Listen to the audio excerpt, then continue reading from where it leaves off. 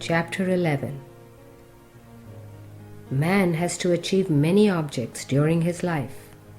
The highest and the most valuable of these is winning the mercy of God, the love of God. The love of God will add unto him the great wisdom he needs for attaining unshakable shanti or inner peace. Everyone should endeavor to have an understanding of the true nature of Godhead. Of course, man cannot, at the very beginning of his attempt, grasp the unmanifest, absolute phenomenon. He has at first to impose a form and some attributes to bring it within reach. Then, step by step, he must try to enshrine it in himself as the descent of divine energy, Shaktipat. The person engaged in the pursuit of success in this effort is not a mere individual seeker entitled to pursue the goal. He has to cultivate also the spirit of service, seva, and be engaged in good deeds which earn the gratitude of people. Thus only can he accomplish the task of cleansing the levels of his consciousness, chitta, and become a fit candidate for spiritual victory. Sannyas or monkhood does not mean the mere acceptance of the fourth stage of life and its rights and obligations, retirement into forests after breaking off contacts with the world and leading the austere life of ascetics. The sannyasi must move among people, become aware of their sorrows and joys, and impart the instruction and inspiration they direly need. This is the duty monks should fulfill. The sannyasi can be likened to a species of fish. The fish moves around in the depth of the lake. It will not be stationary at one spot. And while moving around, the fish eats up worms and eggs of pests, thus cleansing the water. So too, the sannyasi should always be on the move, journeying into the far corners of the land. His duty is to cleanse society of evil by his example and precept. He must transform it by his teachings into a society free from vice and wickedness. The tree can spread its branches wide, but the branches can put forth blossoms which yield fruit only when the roots are fed with water. Instead, if the water is poured on branches, fruits, and flowers, can the tree grow and spread? Society has as its root of prosperity and peace the quality of devotion and dedication. Hence, the educational system must pay attention to the promotion and strengthening of these qualities among the people. Persons who occupy positions of authority are named adhikaris. That word can also mean adhika ari, the worst enemy. The true adhikari should carefully avoid that course and use his position for serving the people under his care. In olden times, when in any region the people were sunk in fear or anxiety, or when the sources of joy and contentment ran dry, they traced the cause for the calamity to some fault or failure in the worship offered to God in the temples of that area.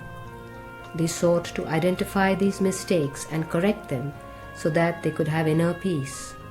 They believed that the crises could be controlled through these means.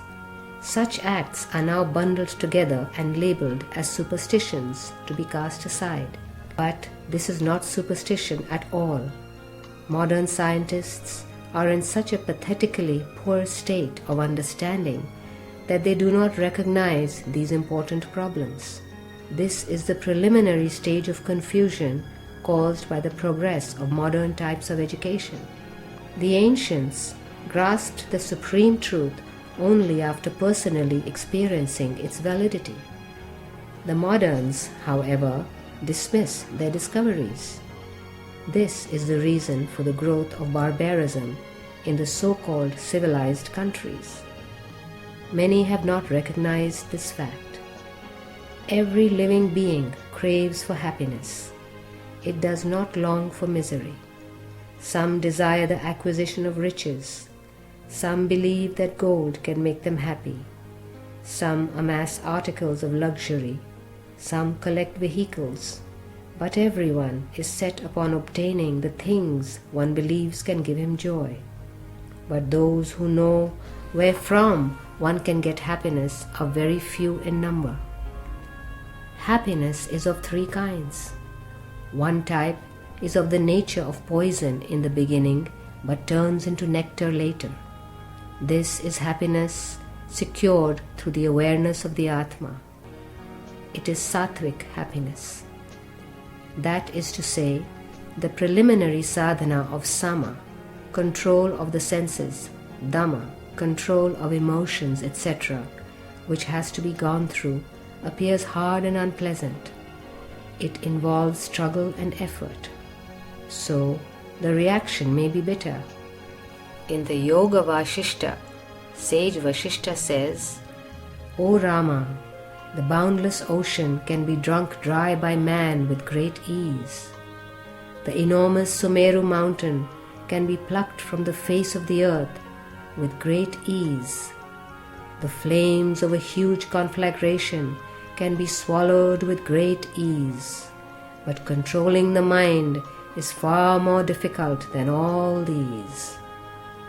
Therefore, if one succeeds in overwhelming the mind, one achieves the awareness of the Atma.